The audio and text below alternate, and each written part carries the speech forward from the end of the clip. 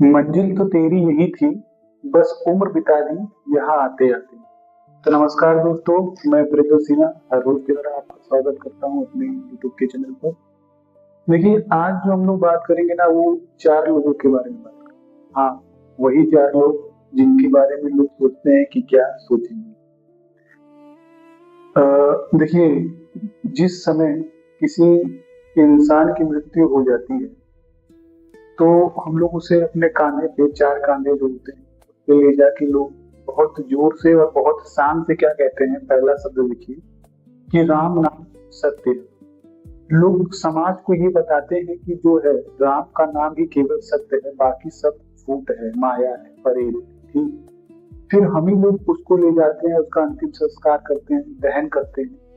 और देखिए, वही चार लोग, वही समाज जो कह रही थी कि राम नाम सत्य है, सिर्फ इस दुनिया में केवल राम का नाम ही सत्य है, वही घर पे आते, अपने जैसे घर में प्रवेश करते हैं, तो वही समाज धन के लिए, दौलत के लिए, स्त्री के लिए, जमीन के लिए आपस में विवाद करना चालू कर देते हैं। भाई भाई में कलेश हो जाता है सिर्फ एक संपत्ति को लेकर। जबकि हम लोग वही शान से कहते हैं कि राम नाम सत्य है और तुम इस धरती से कुछ भी ऊपर ले जा नहीं सकते। मैं आपको एक कहानी बताता हूँ जो बहुत फेमस है, सिकंदर के बारे में। आप सभी ने देख जाना होगा कि सिकंदर जो थे, बहुत बड़ा मतलब महान राजा रहा था। वो पूरे साम्राज्य पे उसकी इच्छा थी कि मैं चारों दिशाओं में पूरा राज्य सिर्फ मेरा हो। तो जब वो साम्राज्य विस्तार के राज्य के लिए बाहर निकलता है, तो पूरा राज्य मतलब पूरा धरती का जो चारों कोना रहता है ना, सिकंदर उसको हासिल कर लेता है।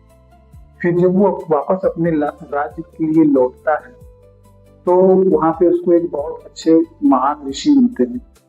तो वो ऋषि से पूछता है, मतलब ऋषि जो है पूछता है उनको, वाद विवाद में वो ऋषि को, उसका सिकंदर को अच्छा लग जाता है। तो ऋषि पूछते हैं कि तुम यहाँ पे किस लिए आए। सिकंदर बताता है कि मैं जो हूँ चारों सम्राट, चारों राज्य पे राज करना चाहता हूँ, यही मेरी इच्छा थी। तो सिकंदर क्या चाहता था कि वो जो ऋषि थे उनको अपने साथ अपने राज्य में ले जाना चाहता था। ठीक।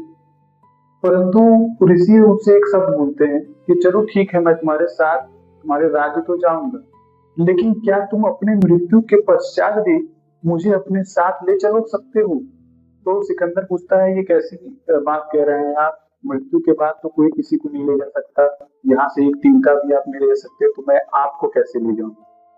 तो ऋषि उसको समझाते हैं कि जो तुमने इन चारों दिशाओं पे राज करने के लिए, जमीन के लिए, राज्य विस्तार के लिए इतने खून बहाए, तो इसके बहाने से तुम्हें क्या फायदा हुआ। क्या तुम यहाँ से एक तिनका भी ऊपर ले जा सकते हो। जब सिकंदर ये बात को सुनता है, तो उसके मन में बहुत ही गिलानी होती है, बहुत ही गिलानी होती है। फिर उसके बाद सिकंदर जो है थोड़ा सा स्थिर हो जाता है, और सिकंदर की जो मृत्यु होती है मित्रों, वो थोड़ा सा बीमार पड़ने की वजह से ही होती है।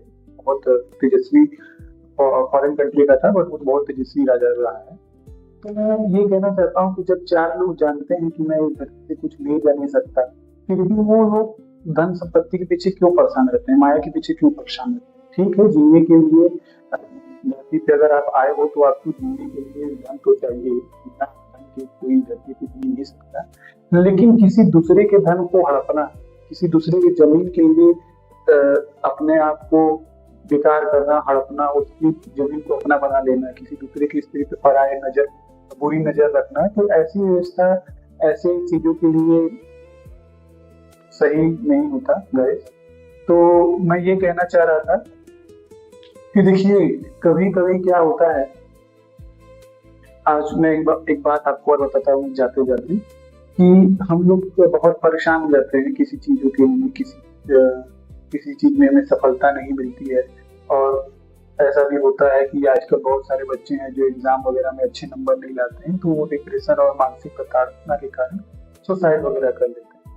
तो मैं उन लोगों से एक बात कहना चाहूंगा कि जीवन को पूरा जी लेना भी एक प्रकार का सफलता है। देखिए, जब बच्चा पैदा होता है ना, जो 5 साल तक की उम्र होती है, उसमें लोग उसे बहुत प्रेम करते हैं। 5 से 10 साल होती है, फिर वो अपनी शिक्षा को प्राप्त करता है, फिर आगे पढ़ाई करता है, करियर बनाता है, करियर बनाने के बाद शादी विवाह होता है, फिर शादी विवाह होते हैं, उसके पुत्र होते हैं, फिर वो अपने पुत्रों का शादी विवाह कराता है, फिर ये जीवन चक्र चलता है और फिर लास्ट में मर जाता है। देखिए, तो इंसान का जो जीवन चक्र है ये इतना ही में सीमित है, बाकी सफलता और असफलता जीवन में आते जाते रहते हैं।